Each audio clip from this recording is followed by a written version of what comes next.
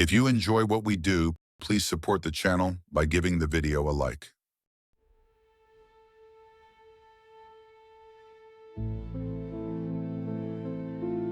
What I'm about to tell you will seem unbelievable, inconceivable, and I'm sure downright made up.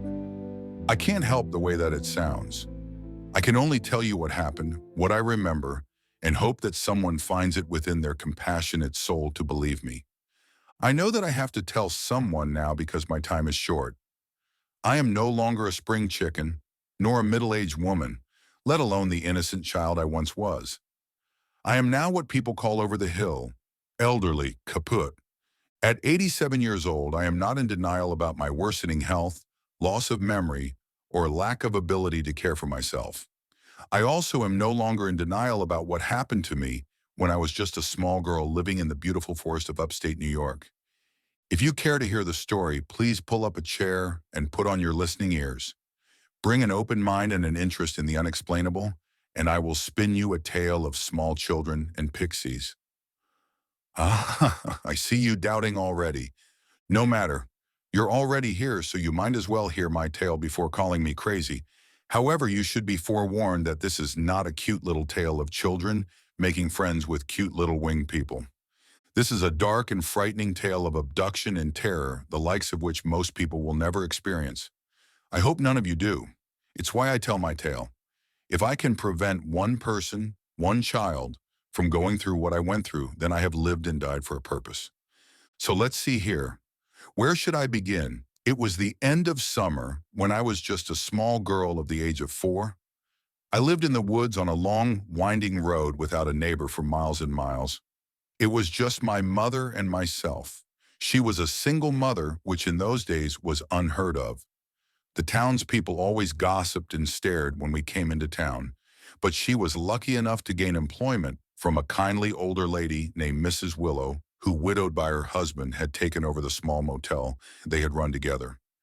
Mrs. Willow in her elder years had hired my mother to do the room cleanings she had done herself for nearly 45 years. She paid her a meager wage of just $1.50 an hour, and of course didn't need her for many hours per week, as it was rare to have more than just 1 or 2 guests in a week. Anyways, as for my father, I never got to ask her about him. Someone once told me when I was about 13 or so that he had been a drifter whom my mother had loved deeply, but who had left before knowing of her pregnancy and was never seen again. At the age of 4, though, my mother was my whole world, and I was hers, and we had what I would call a wonderful life. That was until that day. A chill runs down my spine just thinking about that day again. It was the day that I went from being an innocent, carefree girl to an adult in a small child's body. On that day, it was a Saturday evening. My mother and I were playing outside the small little shack we called a home. We were having a tea party on the small stump of an old tree that had fallen in a storm years before we moved in. My mother put a small tablecloth over it, and we got out my little tea set that I had gotten for Christmas the year before, and we sat on the warm, soft grass and toasted to another beautiful day together. We smiled and giggled, and even though I can't remember the exact words either of us said, I can remember the feeling of being happy, just purely joyful in the evening sun. I can remember the sun shining through the leaves of the trees and glittering all around. I can remember the smell of my mother's hair like the lavender perfume she wore. How I miss that smell. How I miss her. Even now, all these years later, I miss my mother more than anyone else I've met in all my years. I suppose I shall be seeing her again soon enough, though. I digress. That day, as we sat giggling and having tea time, we suddenly heard the ringing of our phone through the back door we had left open. Mother loved to air the house out daily as often as she could, and today, being warm and lovely, she had it swung wide open with a concrete cinder block holding it in place. My mother told me to stay put and she'd be right back. I watched her walk away, up the 3 crooked wood steps and disappear into the house, her long lavender-scented hair glistening in the sun as she went. It was then that I heard it. It was the faint sound of, how do I explain this? Maybe like a wind chime or a small flute. a soft trickle of music emanating from the woods at the edge of our quaint backyard. It was beautiful, soothing. It drew me in, and without even knowing what I was doing, I was getting to my feet and headed towards the woods. The soft music growing slightly louder as I neared the edge, but still faint and so hypnotic. I wanted to see what was making that wonderful sound. As I neared the woods, there was something else too, something sparkling here and there when the light from the sun caught it just right.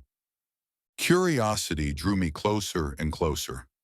I squinted my eyes to try and bring whatever it was into focus, but it was small, and even though at 4 years old my eyes were a far cry better than what they are now, I still didn't see what that glittering thing was until I was just about on top it. Even when I did see it, my brain didn't register what it was right away. This is where my story may make you question my memory or my sanity, perhaps both. Please bear with me though, and allow an old dying woman the peace of knowing she told someone, warned someone. Whether you choose to heed those warnings is entirely up to you. Anyways, I leaned down close to the ground, and there on the soft bed of fallen leaves was a very small unicorn with a jewel-encrusted horn. I know that's hard to believe. At first I thought it was a toy, but then it moved. To be honest, it scared the crap out of me and I jumped back in shock. However, then 4-year-old me was reaching out to touch it before I even knew I was doing it. I felt like I was in a dream, the world around me hazy and fading into the background. It was like the only thing I could see was this unicorn with its amazing horn, and all I wanted to do was touch that horn, just once, if it would let me. But I knew it would. A little voice in my head said, "Go ahead and touch it. It wants you to." So I did. As soon as my soft skin touched that horn, I felt it stab into my flesh. It was the tiniest thing, no bigger than the end of a sewing needle, but it was sharp and it hurt like someone had sliced my finger with a kitchen knife. I started to scream, but my voice caught in my throat and I hit the ground twitching and struggling to breathe. I remember laying there on the ground with the world shaking around me, the sun glaring down on me, blinding me, and thinking I was dying. Even at 4, the logical outcome was undeniable. Even then I knew that no air meant no life. I scratched at my throat and slowly, it seemed an eternity, the world around me went black. I thought I was dead. Later on, I wished I was. When my eyes opened again, everything around me was still dark. I automatically began to scream for my mother. Surely she would hear me and come running. She would turn on the light and brush my tangled hair from my tiny face and rub my cheek. She would tell me to breathe, baby, and follow it up with shh, as she hugged me to her, and that wonderful lavender hair would brush against my cheek and I would be safe.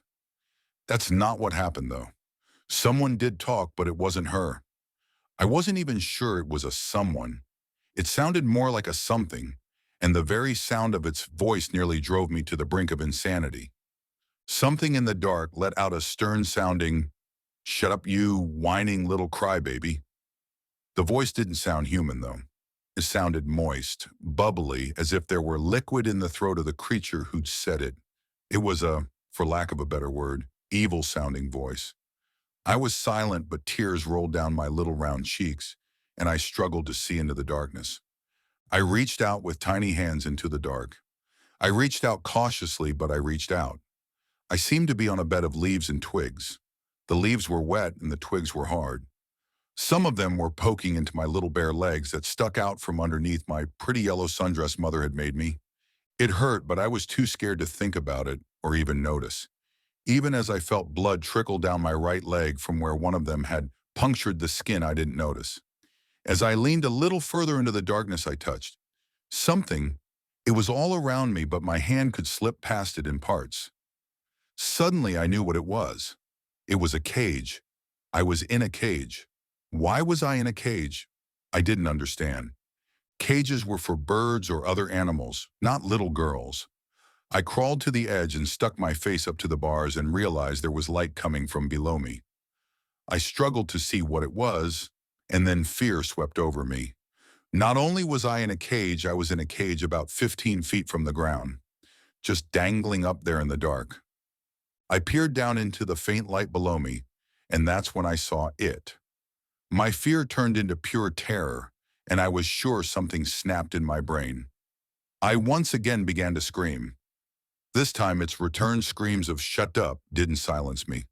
My screams were not a choice. They weren't an option or voluntary in any way.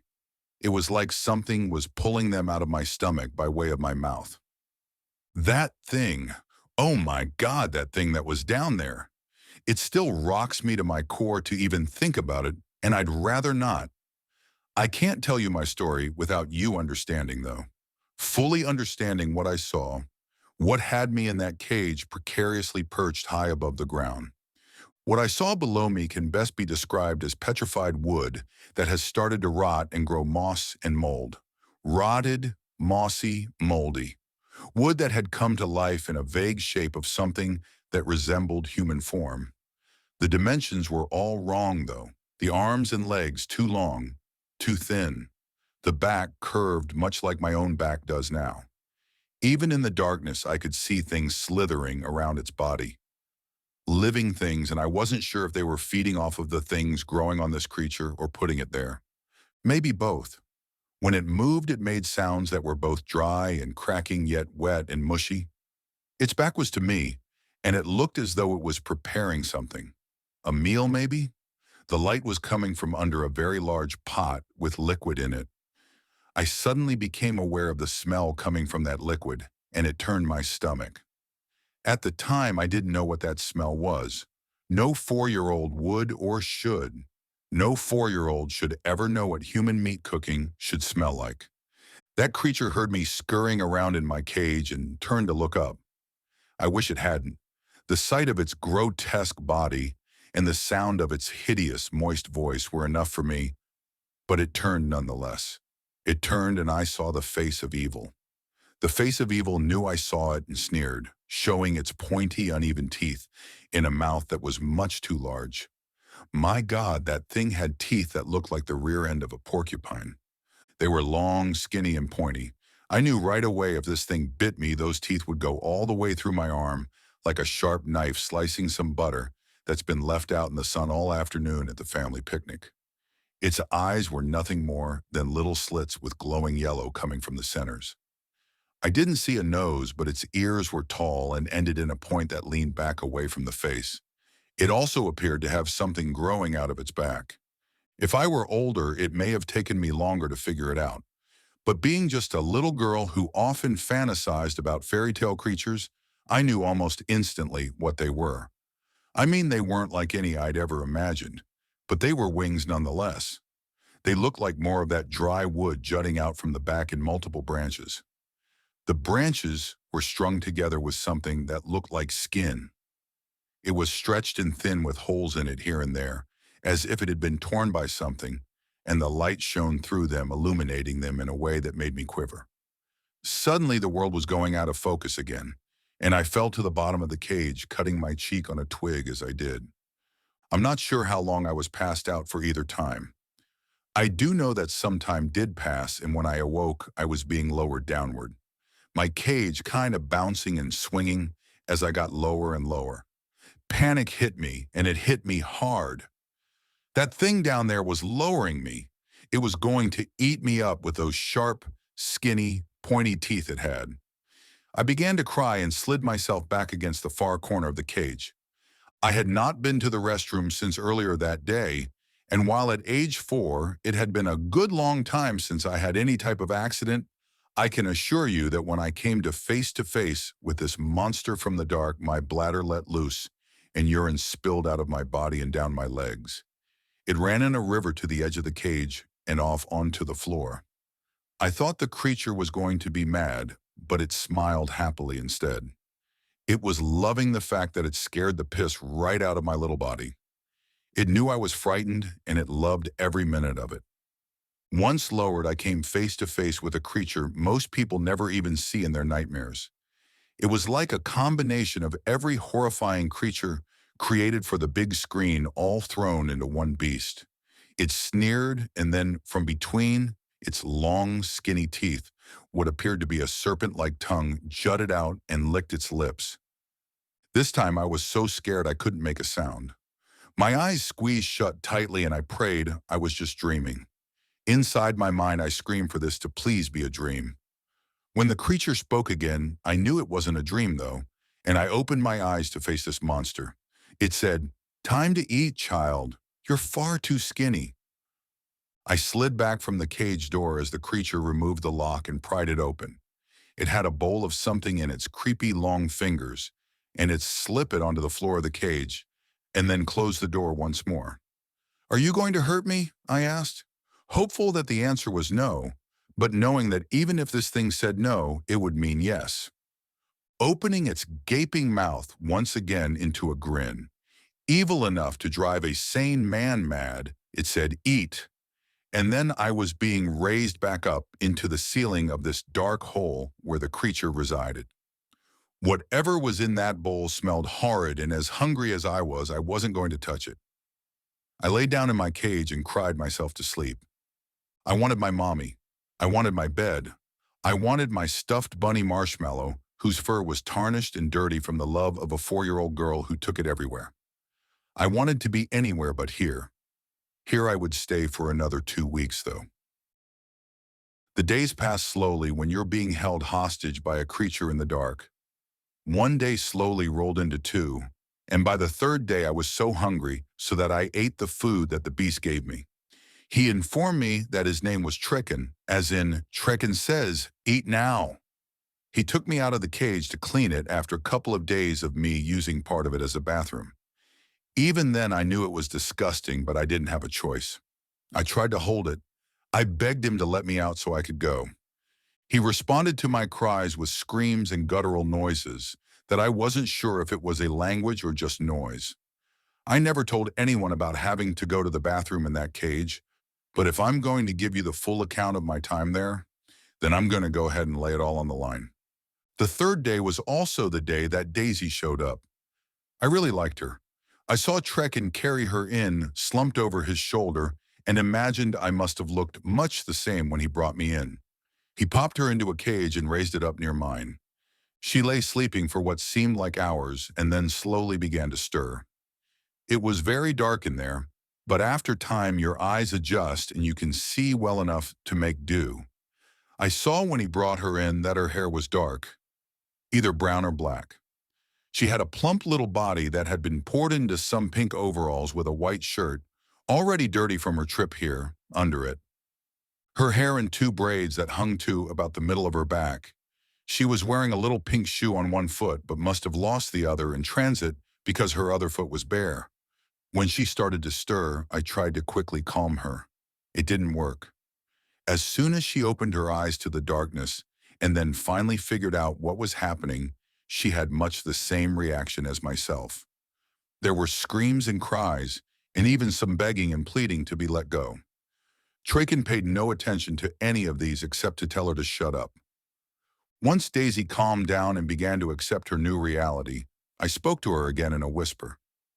"Hello, are you okay now?" I asked. I knew that neither one of us was okay, but I wasn't sure how else to begin our first conversation in this dark and dank environment. Daisy replied in a weepy voice, tired from screaming and crying that she was for now. We talked for much of the night about our homes, our families, even our toys. I learned that she was 6 and in the 1st grade at her school called Hillside Elementary. She had a teacher named Miss Buckner who was nice most of the time, but sometimes got mad at this one kid named Sean and would yell loudly at him, which scared her. Daisy was shy and sweet and in some ways even more terrified than me. She was older, so maybe she had everything figured out before I did. Either way, I liked her, and I felt so much better having someone to talk to. There were times over the next couple of days where I almost forgot where I was. There were times we even giggled as little girls do. Happy times were often cut short as we were lowered to face that horrid thing that resided below us so that he could feed us or clean our cages. If he thought we were too happy, he would poke those long fingers of his into our arms or legs until he punctured our delicate skin, bringing blood to the wounds and tears to our eyes. He loved to torment us. He loved to remind us that this wasn't summer camp. 6 days into my stay with Trekken, I asked him shyly what he was. He looked pleased. Have you never seen a pixie before, child? That sly smile touching his crooked mouth. I shook my head no and dropped my gaze to the floor of my cage. Looking into the murky eyes of that creature was something I cared not do for long. I am a wood fairy. My kind has ruled these forests for over 1,000 years and will continue to do so for many, many more. I had no doubt he was telling the truth. What do you want with us? I asked. Dear sweet girl, there is only one use for a child of man.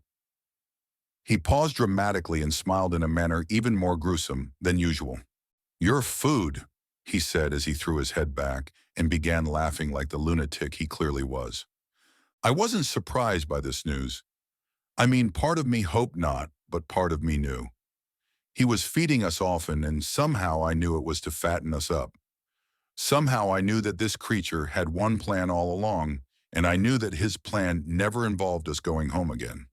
Tears rolled down my face silently as he raised me back up next to Daisy. All the while he was laughing to himself. It was that day that I decided that Daisy and I needed to escape as soon as possible.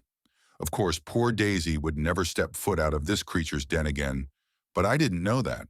I also didn't know that this creature, while nothing like the pixies I had imagined in appearance, did in fact have magical qualities that would make escape even harder than imagined. It was in fact Daisy's death that led to my escape. I've always felt terrible for the loss of her, but at the same time at least her torment ended.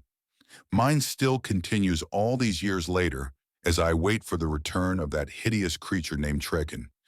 I don't know how I know that he's coming, but I know nonetheless. After being raised back up, I whispered to Daisy that we were going to have to get out of there. She agreed, and we started hatching a plan. It was simple and not very well thought out at all. We were just young girls, ages 4 and 6, if you recall. Our plan was simply to wait to have our cages cleaned again, and then to make a run for it. One of us, whoever he cleaned first, would push past Trekken and grab the huge spoon he stirred his pot with and hit him in the head with it as hard as she could. Then that girl would open the other cage, and we would both run as far and as fast as our legs would carry us. It was simple, it was foolish, as if it would be that easy. Our young ages blinded us to the reality. Of course, reality is a fleeting thing for small children, locked in cages in the den of a wood pixie anyways. Irony was definitely laughing at us throughout this ordeal.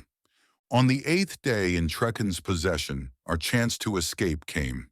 It was Daisy he let out first, and she did as we had planned, up high in our perch above his elongated head. He unlocked her cage and she made a mad dash, pushing into her door and knocking him off balance as she sprawled out past him on the dirt floor of his abode. She quick jumped to her feet and grabbed the large spoon and swung it hard as she could, smashing Trekken right in his mouth full of pointy, sharp teeth. I saw him grimace in pain, and part of me relished it even in that small moment of time, which was most likely no more than a microsecond. I yelled for Daisy to hurry and let me out as I shook the bars ferociously. Trekken wasn't knocked unconscious as we had planned, though. While being knocked down had shocked him and being hit had hurt him, it wasn't long before he recovered and was on his feet headed straight for Daisy with his long fingers reaching out for her.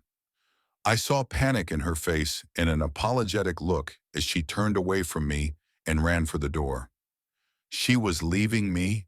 She was going to run and leave me here to be eaten by this creature. I understood, though. In that small flash of time, I knew I would have done the same. Daisy reached the door of the den and swung it open, throwing herself through it as fast as her pudgy little legs would permit. That's when it happened. That's when I realized that leaving this place was going to be even more of a challenge than I had previously thought. Daisy's body hit the doorway and not just bounced back, but was thrown backwards with the force of a Mack truck hitting her. She flew through the air and hit the far wall of the dome-shaped room. What I'm going to tell you next is graphic, but I see no point in making this out or be anything other than the full account of what I saw and heard during my stay with Trekken, the wood pixie. Daisy hit that wall with such force that I could literally hear the bones in her little body break into pieces inside of her. The back of her skull flattened against the wall, and as she bounced off and hit the floor face first, she left behind what could only be blood and brain matter with chunks of skull that actually stuck into the wall. I let out a scream and fell backwards in my own cage. My only friend in this hellish place was dead. I know this sounds awful, but I didn't know what upset me more. The loss of her, the realization that I was alone with Trekken, or the realization that my own death was next. Either way, I lay there in the bottom of my cage crying uncontrollably. Trekken had walked over to where Daisy lay in a pile of broken flesh and bone and was hovering above her. I heard him laugh maniacally, and then even through my own sobbing, I heard him say something that caught my attention. "Silly child of man," he said, "you can't leave this enchanted space without the key." I opened my eyes and looked at him and saw that he was holding out a rope from his neck. He was holding it out over her body and laughing. On the end of the rope, I saw a small charm. It wasn't a key at all, though. It was, my God! It was a tiny little unicorn. I had seen that tiny creature before. The last time was the day I was brought here, and it was alive. This time it was more like a little glass figurine, but it was the same creature. I was sure of it. Trekken picked up what was left of my new friend and carried her into the next room. I sat there debating in my mind how I could get that necklace from around Trekken's neck and escape this awful hole that he called enchanted. The events of the day had worn on me, though, and I fell asleep leaning against the bars of my cage. When I awoke again, I peered down into the faint light below me to see Trekken coming back into the only room I had known for days now. He had a tray in his hands, and on the tray was pieces of meat and blood. He tipped the tray up and they slid into the boiling pot below me, splashing some of the hot liquid inside onto the floor. It was then that true terror touched my soul yet again. It was then that I realized that was Bao cooking my friend Daisy. It was then that I realized that the food I had been eating since the third day of my capture was whatever child had sat in this cage before me. The world got all wobbly, and I felt everything in my stomach lurch up into my throat. It spewed from my mouth violently, and then the world went dark as I fell face first into my own freshly spewed vomit. Not a pretty picture, I know. One I wish wasn't locked into my memory, but that's what happened. Sometime later, I opened my eyes to my cage being opened, and I jumped backwards so hard I hit my head on the bars of the cage and saw stars. Trekken was peering in at me, with his teeth showing in a snarl and saying something about, "I'd better not try anything, or I'd be joining my friends sooner than later." His long, wood-like fingers grabbed a hold of my tiny wrist, and he dragged me out of my cage in one movement and threw me to the floor. He towered over me and then grabbed a large bowl and, to my shock, dumped cold water right on top of me. "Dirty, filthy creatures, children of men are," he said, shaking his head. Still, you could see the enjoyment he got out of dumping that cold water on top of me while I was still dazed and confused from the events of the day. One side of his face lifted in an Elvis-like sneer, and he dumped a second pot into my cage, rinsing away my vomit, urine, and feces. He grabbed another pot and dumped in some new leaves and twigs, and then grabbed my drenched body and lifted it back into the cage. He peered at me through the open door for a moment. I thought he was going to say something, but then he shut the door and locked it once again. He didn't raise me up, though. He left me hanging just a few feet from the ground and started to fill a bowl from the large pot in the center of the room that he had generously fed me from all along. I instantly started shaking my head and crying. He reopened the cage door and slid the bowl in. "Your friend is sweet as pie," he said, laughing as he started pulling the rope that rose my cage into the air. Once raised, I looked at the bowl and I cried. I told Daisy I was so sorry. I knew then that I would go hungry either until I finally died, Trekken finally killed me, or until I escaped this place. I was hopeful for an escape. My little brain just couldn't think of how to do it, though. No matter how much I tried, I couldn't figure out how I would ever be able to get down, get the key, and escape without being killed. 4 more days passed, and with each day I grew weaker from lack of food. The weaker I got, the less hope I had. I was now on my 12th day here in this hell, and I was now hoping more for death than anything. I just lay in the bottom of the cage, not moving, not speaking. I didn't cry. I didn't do anything. Honestly, I think that was also a big part of being able to escape. Traken grew concerned. Not because I was weak, but because I was getting thinner and thinner. "You're no good to me without some meat on your bones," he said. He was clearly angry. He lowered my cage and stared at me. He must have been thinking of ways to get me to eat, or deciding if he should just kill me now, before I could lose more weight. But he said nothing, just stared. He stared for what seemed an eternity, but I was lost to my own little world, slowly dying as I lay there in the bottom of my cage. Trekken didn't bother to lift me back up. When he went to the other room for the night, he left me down low. I'm not sure if he didn't feel I was strong enough to be a problem, or if he just plain forgot. As I entered into day 13, I sat up slowly and looked around the room I was in. Escape hadn't crossed my mind just yet. At first, I was merely looking to see if there was any food near enough to me to reach and eat. Across the room on a small table, I saw something that looked like bread. My stomach growled and I touched the lock on my cage door as if it would just pop open because I wanted it to. It didn't. I reached my arm through the cage and tried to grab the edge of the pot in the center of the room. My fingertips were about 2 inches shy of reaching it, and so I stretched and leaned. It was then that I realized my entire arm was now out of the cage and half of my head. I realized that it might be possible to slip my entire head out of the bars of the cage. I pushed and pain hit me instantly as my ears bent up tight against my head and one of them scraped against the rough metal of the bar and ripped open. Blood came pouring down my neck and onto my shoulder. It wasn't enough to stop me from pushing, though. The pain in my ear was nothing compared to the pain in my stomach, and I pushed with barely a sound as my head popped out of the bars of the cage. Of course, now here I was, with my head and an arm hanging out of my cage about 3 feet from the ground and not sure what to do next. I was sure the rest of my withered body would slide through as well. But what if Trekin caught me? Fear made my heart pound against my tiny ribcage, almost hard enough to physically see it. I decided I'd rather die fighting than laying in that cage. I don't know why I decided it. I don't know where that strength was for the days before this moment, but I was suddenly filled with the desire to live. Pushing through the bars was easier than I imagined it would be. After 4 days of not eating, my tiny body was little more than some skin and bones. Had I been in the air, this would have been pointless, but this close to the ground, it was an easy task. Of course, going head first was difficult as I had to lean downward and fall to the ground, head first as well. As I left the cage, it swung back away from me ever so slightly, and when it swung back, it hit me right in the side of my head just as I was setting myself upright. The metal created a gash that instantly began to bleed about an inch long, and I grabbed my head and cried out before I could stop myself. I stood there like a deer in the headlights, quite sure that Trekken was going to come running and destroy me with one hit from those pointy wooden claws of his. Everything remained quiet and nothing stirred, though. I walked over and grabbed the bread like stuff from the little table and began shoving it into my mouth. It was the most delicious thing I had ever eaten in my life. It wasn't bread. It was better than bread. It was moist and sweet, and after just a few bites, I was already feeling full.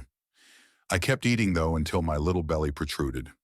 When I was done, I looked around the room once again. Something in my brain said I should climb my butt back into that cage and live to fight another day. Something else in me was screaming, though. It was screaming to me to find a weapon, to look for Trekken, to take that necklace, finally to escape this place. I listened to the second voice. After all, that one was much louder. I slowly and quietly crept into the next room. Trekken was not there. It was a small room with tables and cabinets on one side. This was the room where he prepared the meat for his stews.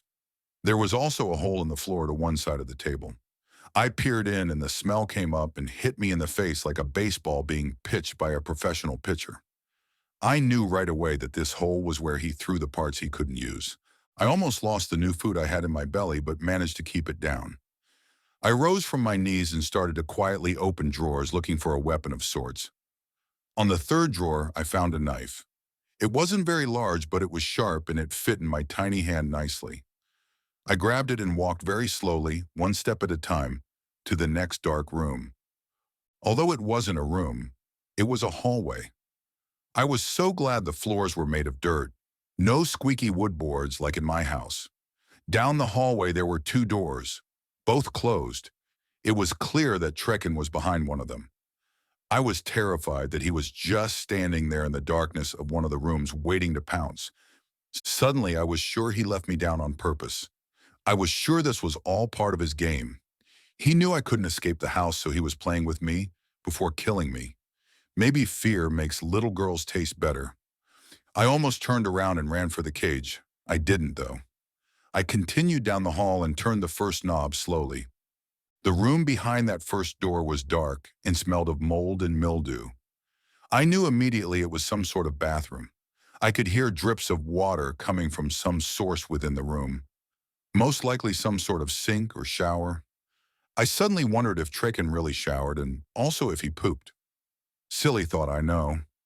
I even giggled a bit when I thought of him sitting on a toilet in that dank-smelling room. I clasped my own mouth so I wouldn't laugh out loud and continued on to the next door. I stood outside of it contemplating what I was going to do when I opened it. I couldn't for the life of me think even a minute ahead of my own actions. Finally, I just reached out and touched the knob. It was made of metal like my cage, but smooth. My hand almost slipped right off of it, but finally caught hold, and I turned it slowly and pushed. This door seemed heavier than the last, and as I pushed it open, a faint light hit me. Trekken, it seemed, slept with the lights on. Another thought that almost brought a laughing fit to my lips. I scolded myself inside my own head. There was nothing funny about the situation. Had I lost my mind?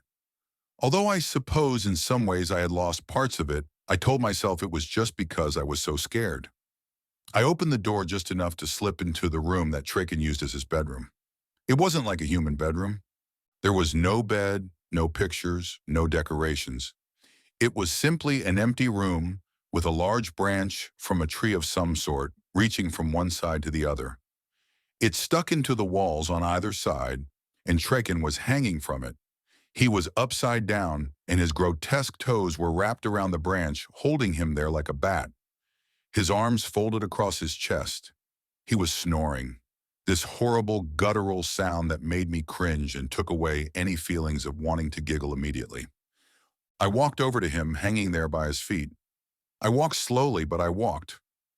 One foot in front of the other, I walked until I was close enough to see those little bugs and wiggly things living on or in his body.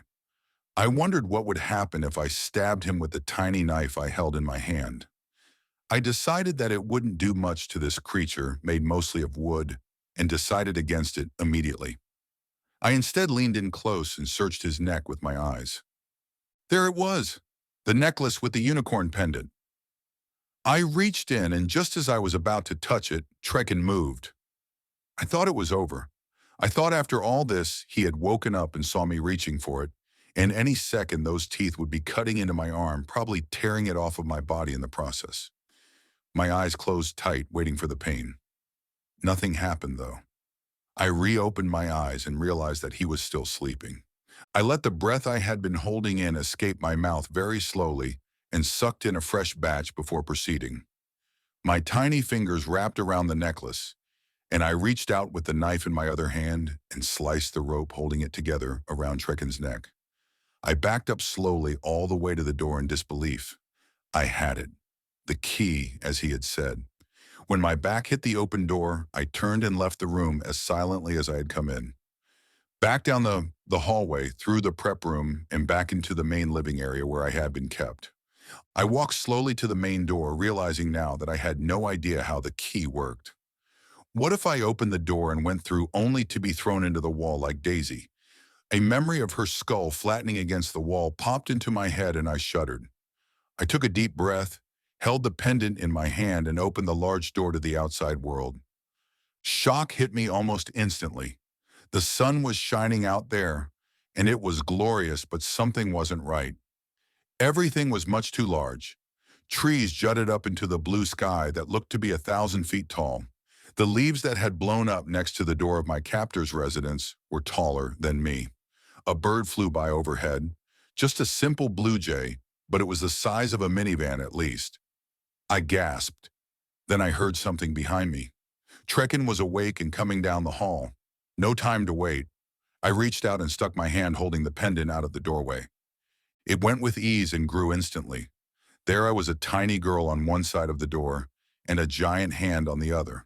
Footsteps were growing louder and I flung the rest of my body out of the doorway, instantly growing back to my original size. I stumbled and fell to my knees. I looked back to see a very small door opened in the base of a large old oak tree. I quick shut it tight and held my hand against it while looking for a rock to put against it. Just as I spotted the perfect one, I heard a ghastly howl from behind the tiny door. Trekken had discovered my escape. He sounded furious. I grabbed a rock, stuck it against the door and ran. I ran as fast as my legs could carry me. I wasn't sure where I was or where I was going, but I ran. After what seemed an eternity of running, just as my tiny legs started to give out, I came across a small dirt road. I fell to the ground as I got to it and just laid there sprawled out and gasping. I heard something coming closer and I knew in my heart it was Trekken.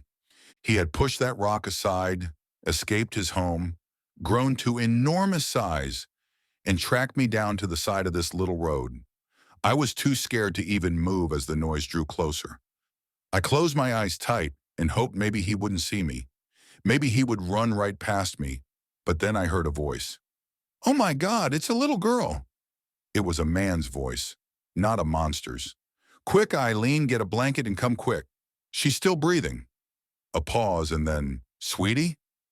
Sweetie, are you okay? What happened?" I couldn't talk though. Tears were running down my face by the gallon as this stranger and his wife Eileen wrapped me in a blanket and put me in their car. Eileen hugged me to her as her husband rushed us to the nearest hospital. It was there that the questions began. There that the strange stares, whispered disbelief, and judgment started. It was also there that I finally got to hug my mother again. It was there that I got to bury my dirty, tear-soaked face into her wonderful lavender-smelling hair.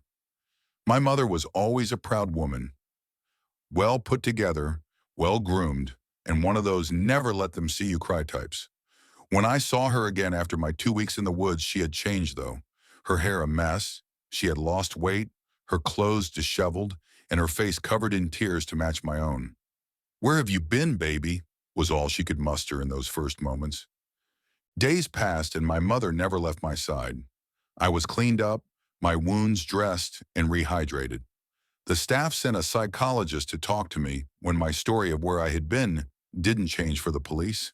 They were convinced that I had created this story of an evil pixie to cover up the weeks of abuse I must have suffered at the hands of whatever man had kidnapped me. They were grateful that I hadn't been violated physically and couldn't understand how they had missed this man's residence in all the searches they had done of the woods. They were going to continue to search though, and they assured my mother they would find the monster responsible. The doctors eventually had no choice but to send me home with my mother and hope that someday my memory would return so they could know what the man looked like and maybe more about his home. They said it was perfectly normal for me to make up stories and not to worry, but I could tell my mother was worried. Not because she thought I was crazy. She was worried because she knew me and she was worried I was telling the truth. About a week after I returned home, a police officer named Dan Peters stopped by our little home in the woods. He asked my mother if he could speak to her in private. My mother asked me to go to my room and wait there for a moment.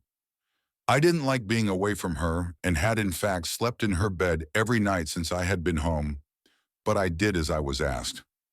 I left my door open and stood near it though, ready to run back to her should anything happen. From my doorway I could hear them talking in hushed tones. I heard something about Daisy. I could hear my mother say what a shame it was and how badly she felt for the family. I could hear her saying that she would talk to me and let him know. Then I heard our creaky front door close and my mother's footsteps coming toward my room. She smiled as she entered into my field of vision, but her smile was no longer the same as it had been. My absence had not only changed me, It had changed her. I need to ask you something, baby girl. An undertone of seriousness, maybe sadness. The little girl Daisy you said you met while you were away, you said she was killed, right? I could tell this topic wasn't something she wanted to discuss, but the officer had asked her to question me, and she had little choice because she wanted to find this man who had stolen her daughter from her. I nodded. She asked me if I could describe her. Of course I could.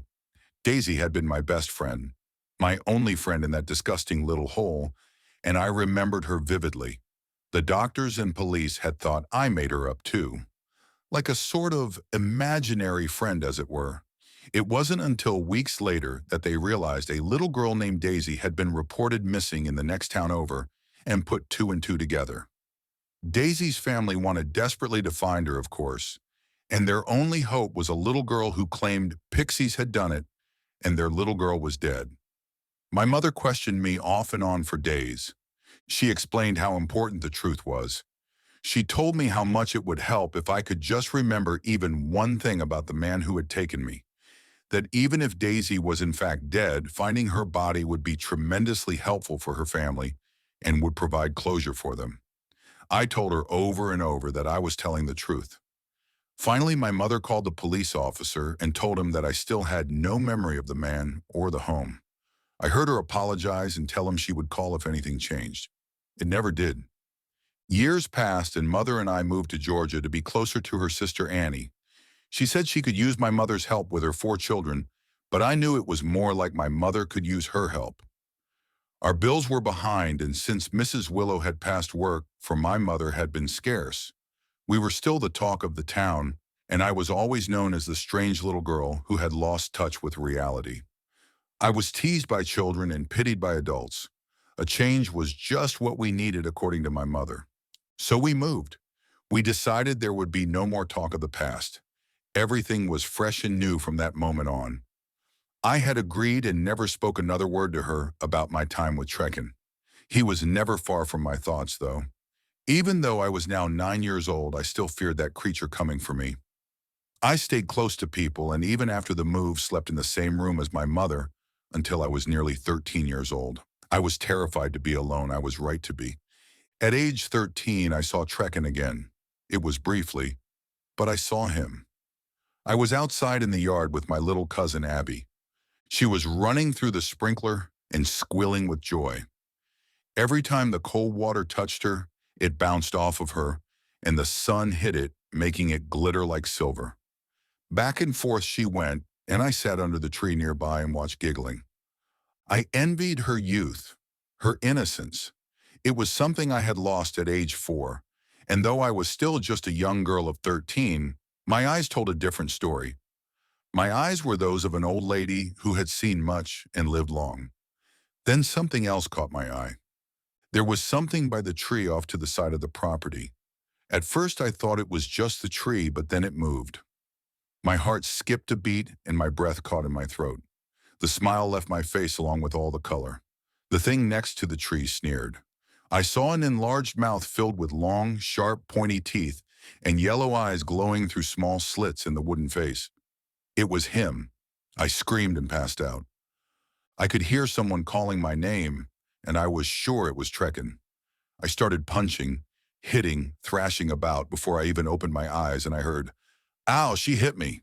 I stopped and looked around to see my aunt standing there, holding her bloody lip, and the rest of the family staring at me like I was a mad woman. I started to apologize immediately, but then fear caught me again, and I pushed everyone out of my field of vision. I looked at the tree across the yard, but Trekken was gone. When everyone asked me what was wrong, I apologized again and said it must have been the heat was too much for me.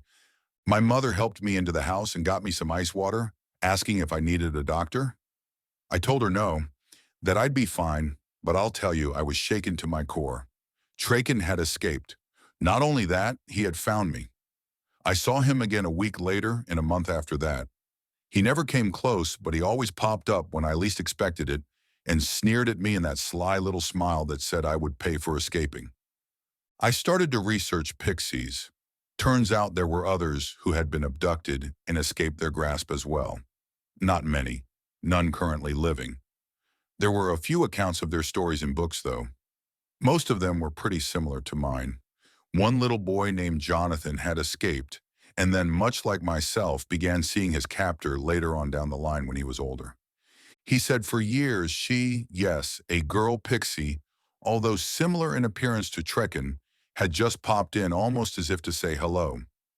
He said he had finally come to the conclusion that she could not capture him again. Something about the magic only worked on the mind of children who believed in magic. Once you had matured or lost your innocence, the hypnotic music could no longer be heard by your ears, and whatever pendant they had used as their key no longer came to life to lure you in. I had brought Trekken's key with me when I escaped, but the police had put it in evidence. Weeks later, it had disappeared and was never seen again. I knew he had retrieved it. As I've gotten older, though, and my mind has grown dimmer, more like that of a child at times, I have sworn I could hear a faint music in the distance. During these episodes, I've been told I just get up and head off towards the woods as if in a daze. I often awake to one of the nurses here at Wildwood Nursing and Rehabilitation Center shaking me gently and calling my name. It terrifies me because I know that even though Trekken could not get revenge on me all these years ago, I have now come full circle back to the innocent mind of a child at times, and I know he is just biding his time and waiting for me. I have tried to tell the nurses to please watch me closely, to please not let me go into the woods. I have begged them to please keep me safe from the Pixies. They always smile at me and tell me to calm down and not to worry. I worry, though. I worry every moment that my thoughts are lucid. I look over to the woods and I see Trekken sometimes, standing there by the trees and smirking. He hasn't changed a bit, even though I have aged decade after decade. I fear I shall be gone soon, but I wanted someone to know my story. I wanted someone to know that I did not wander off and disappear into the woods. I want someone to know that when I am gone, it is because I have heard that hypnotic music and once again seen that magical little unicorn with the jewel-encrusted horn. I want someone to know that I have reached out, even though I was scared and touched that horn, and that I was then shrunk down and dragged into a small doorway in the base of a giant tree. Once there, I want someone to know that Trekken will be waiting for me to awaken so that he can torment me before finally lunging at me and sinking those horrible teeth deep into my throat. The last thing I will see is the ceiling of that little dark dome as the blood leaks from my body and I die the death I should have died many moons ago. I know in my heart of hearts that Trekken will look at me laying there on his dirt floor, and he will smile that horrendous, crooked, jagged smile and enjoy his sweet revenge. No one ever truly escapes a pixie. I know that now. No one ever really escapes true evil. Wait, what's that I hear? Do you hear it? It's music. Sweet, melodic music, like an angel playing a small flute. It's beautiful. I wonder what it is. I'll continue this when I return from seeing where it's coming from. It sounds like it may be coming from that tree over there.